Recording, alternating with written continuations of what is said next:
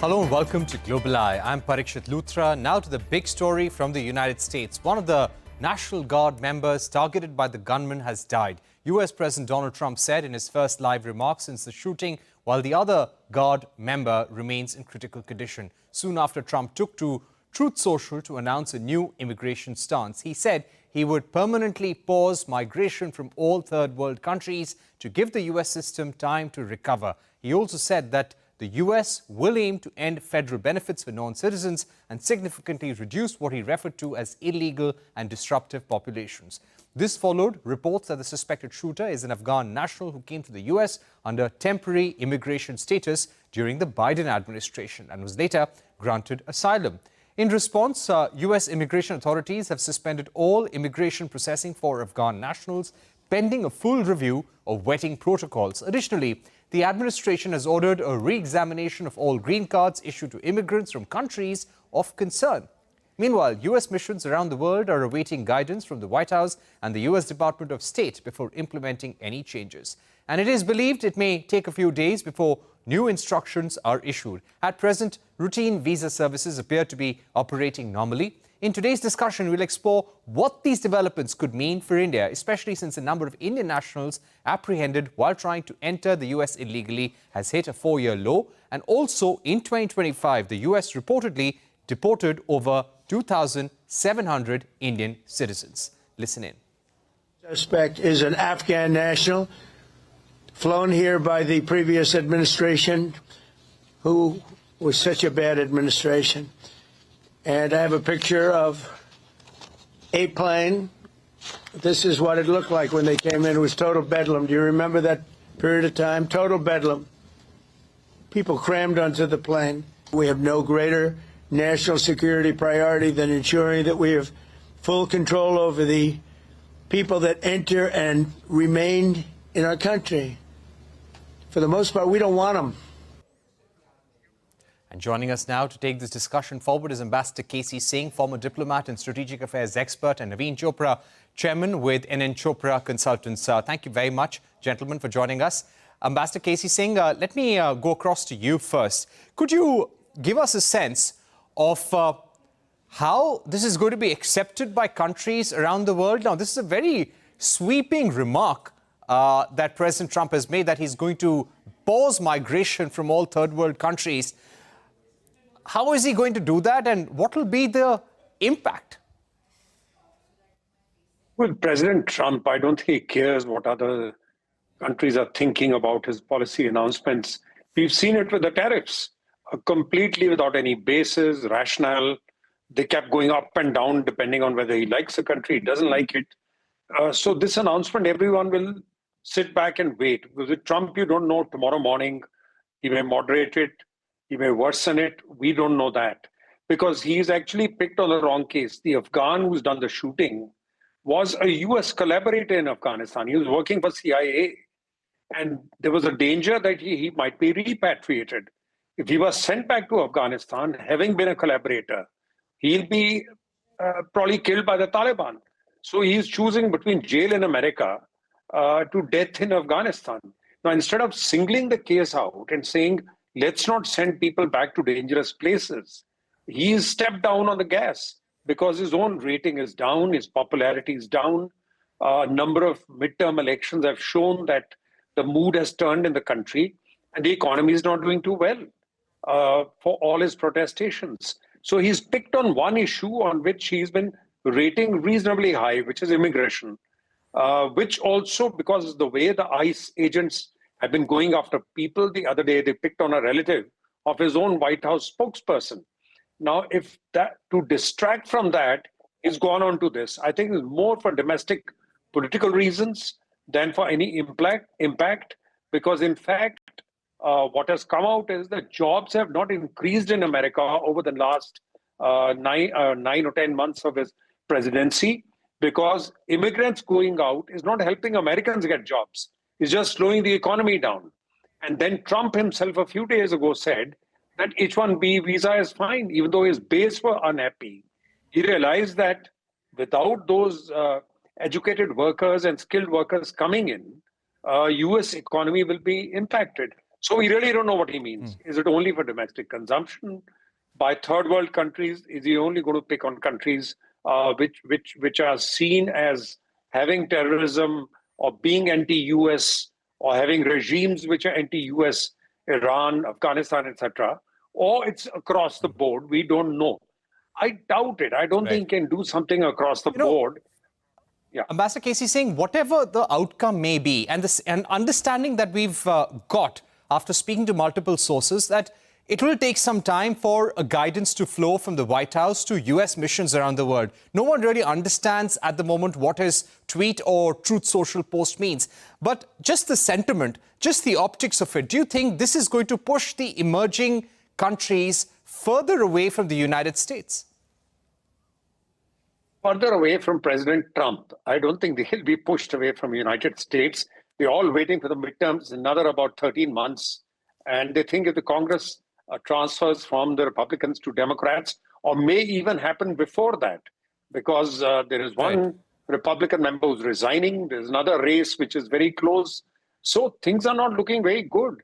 I think other countries are watching. They've got used to it over the last 10, 11 months. If you don't react immediately, this is Trump. He will just come out with a sword and go waving it around. Don't get in his way. But in the meanwhile, just wait and see when he gets tired and sits down. All right, let me go across to Naveen Chopra. Mr. Chopra, what's your sense of things right now? We have seen, ever since the Trump administration came to power for a second time, we've seen curbs on legal forms of migration, the scrutiny of applications going up. Now, in the run-up to this announcement that he has made on Truth Social and Twitter, have visa processing started slowing down for all categories? Are some of the people that you deal with, do you see people having issues getting their visas or going through visa formalities at US embassies? Trump has, in his first term as well as in his second term, and second term probably magnified it, been playing emotional cards, essentially aimed at the base that he has, which largely consists of Anglo-Saxon whites who are essentially, the large proportion of them are school pass-outs or school or 10th class pass-outs. His support amongst the college educated did rise in this last election, but that is also not the larger chunk. And in terms of most of the policy announcements that he's done, it is done from that perspective.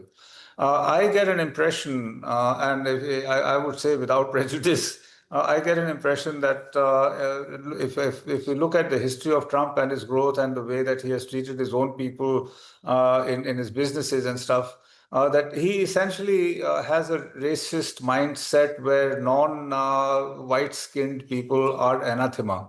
Although he has employed a lot of them, he is using a lot of them, but that's also from the realization or stemming from the realization that skin pigment doesn't equate brain power, and the brain power right now is residing amongst the a large proportion of it resides amongst the Indians and the Chinese and the Asians, because our guys, from an education perspective, education is very core and central to every parent. Children are motivated and pushed to get themselves educated. They work hard. They get themselves educated, which is the consequence of which they are in every aspect of American life, from NASA to Microsoft to Google to the government to doctors, professors, and so on and so on. Now, these people become successful. They earn good money. They're also good business people. There are lots of very, very successful Indian businesses in the United States. And they are the ones who are driving the fancy cars. They are the ones who are having fancy houses and moving into high-end suburbs. And this is causing, particularly amongst the base. Now, as far as the visa story is concerned, yes, it has impacted. Yes, there is. I would not call it a loss of interest. I would call it a slowing down out of apprehension for what is actually to maintain them. But I'll tell you, I kid you not, that the American dream is still the big one. Okay, even now, anybody who's going to be able to get into the United States is going to get into the United States. Because even now, Trump withstanding the amount of opportunity that Mr. exists in Chopra. the United States. Yeah, Mr. Chopra, you're saying that the American dream is still intact for many people all across the world. Having said that, among the people, the clientele you deal with, are people wanting to go to Canada or United Kingdom or Europe for that matter, considering the kind of changes, the volatility that we're seeing in the United States?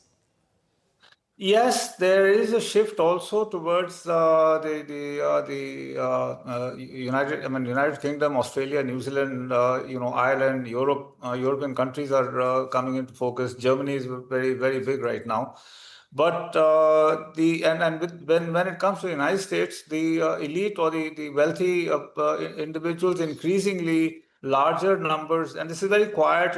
I can't give you any data, but larger numbers are going in for the EB-5 route, where they invest into the United States and they get a family, a green card pretty much straight away, and that route is still being open. They have not shut that route down.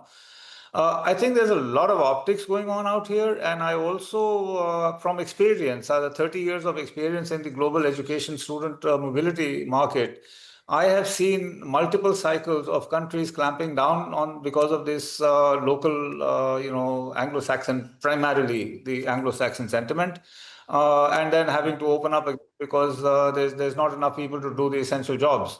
This has happened 3 or 4 times with Australia. It has happened 2, 3 times with the UK. It has happened now big time in Canada. And of course the United States is the first cycle.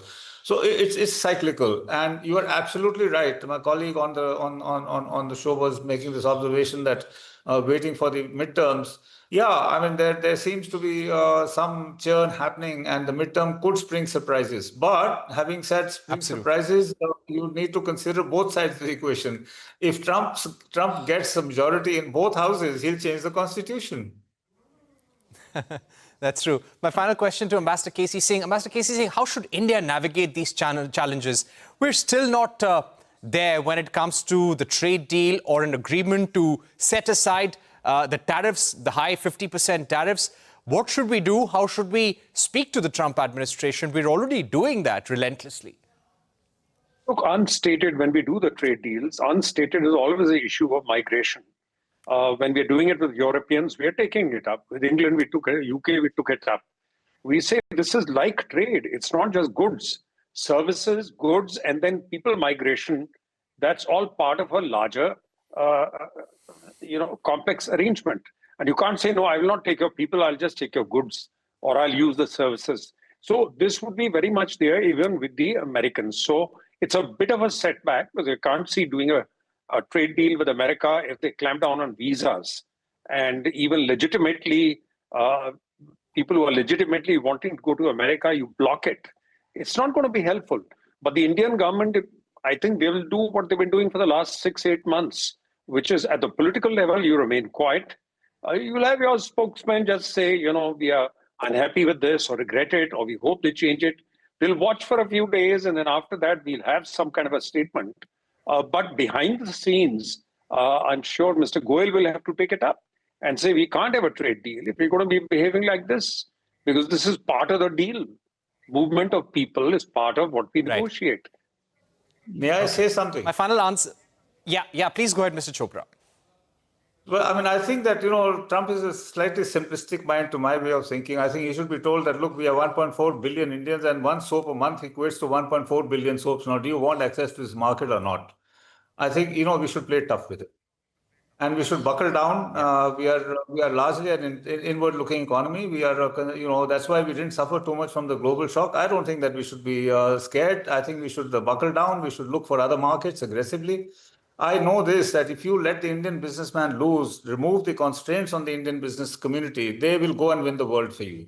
If they are not doing it, it's because of the internal constraints that are placed through all the kinds of rules, regulations, and stop this, can't do that, go here, don't go there. Right. You remove those constraints and they'll win the world for you. I absolutely... the only problem is, Mr. Chopra, you're right, and Ambassador K.C. saying both of you have made some very strong points, but clearly the problem also is he's being driven by politics.